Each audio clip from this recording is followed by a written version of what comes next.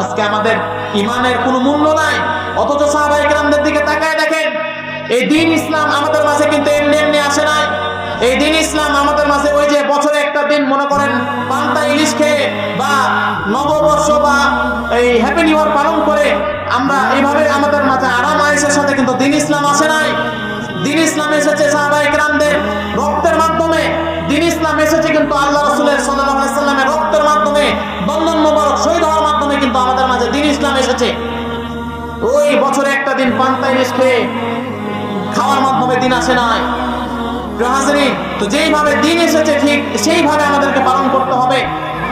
এই দিনের জন্য সাহাবায়ে কেরাম এবং আল্লাহ রাসূল সাল্লাল্লাহু আলাইহি ওয়াসাল্লাম যখন তায়েফের ঘটনা, যে তায়েফের ময়দানে আল্লাহ রাসূল সাল্লাল্লাহু আলাইহি ওয়াসাল্লাম দিন প্রচারের জন্য যখন গেলেন, তখন কিভাবে কাফেররা রাসূলুল্লাহ সাল্লাল্লাহু আলাইহি ওয়াসাল্লামকে কষ্ট দিয়েছেন তা বিবরণ আপনারা শুনেছেন। প্রিয় হাজিরিন, তো এটাই হলো ইসলাম, যে মানে হাত তালির মাধ্যমে বা আমার আপনার মনে ইচ্ছা মতো চলার মাধ্যমে দিন এসেছে বা পালন করতেছি, সেটার নাম কিন্তু ইসলাম নয়। ইসলামের নাম ত্যাগ করা, ইসলামের নাম বিলাসিতা ছাড়া। যদি বিলাসিতার নামে ইসলাম হতো তাহলে আল্লাহ রাসূল সাল্লাল্লাহু আলাইহি ওয়াসাল্লাম সবচাইতে বেশি কিন্তু বিলাসিতা করতেন। কিন্তু আজকে আপনারা তাকায় দেখেন আল্লাহ রাসূল সাল্লাল্লাহু আলাইহি ওয়াসাল্লামের জীবনে বিলাসিতা কতটুকু ছিল।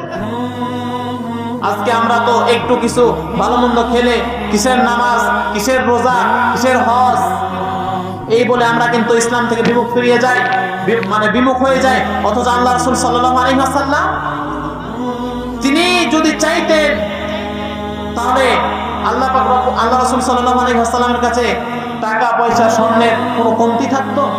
কারণ আল্লাহ রাসূল সাল্লাল্লাহু আলাইহি ওয়াসাল্লাম কি ছিলেন? আল্লাহ রাসূল সাল্লাল্লাহু আলাইহি ওয়াসাল্লাম ছিলেন একজন নেতা। আর বলেন নেতার কাছে কি কোনো জিনিসের অভাব আছে? কোনো জিনিসের অভাব নাই।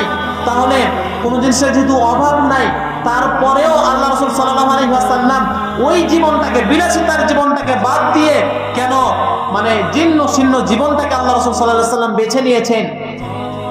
কারণ জীর্ণ শীর্ণ ব্যক্তিরাই আল্লাহ পাক রব্বুল আলামিনের আল্লাহ রাসূল সাল্লাল্লাহু আলাইহি ওয়াসাল্লামের হাদিস দেখলে বোঝা যায়, যারা দরিদ্র ব্যক্তি তারাই কিন্তু আগে ধনী ব্যক্তির চাইতে আগে জান্নাতে যাবে।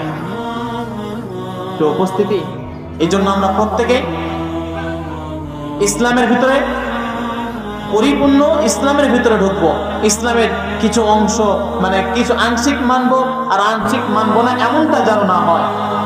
ইসলামকে আমরা পরিপূর্ণ মানবো, জান দিয়ে মানবো, প্রাণ দিয়ে মানবো, কারণ ইসলামই আমাদের সব। এই ইসলামটাই আমাদের সব।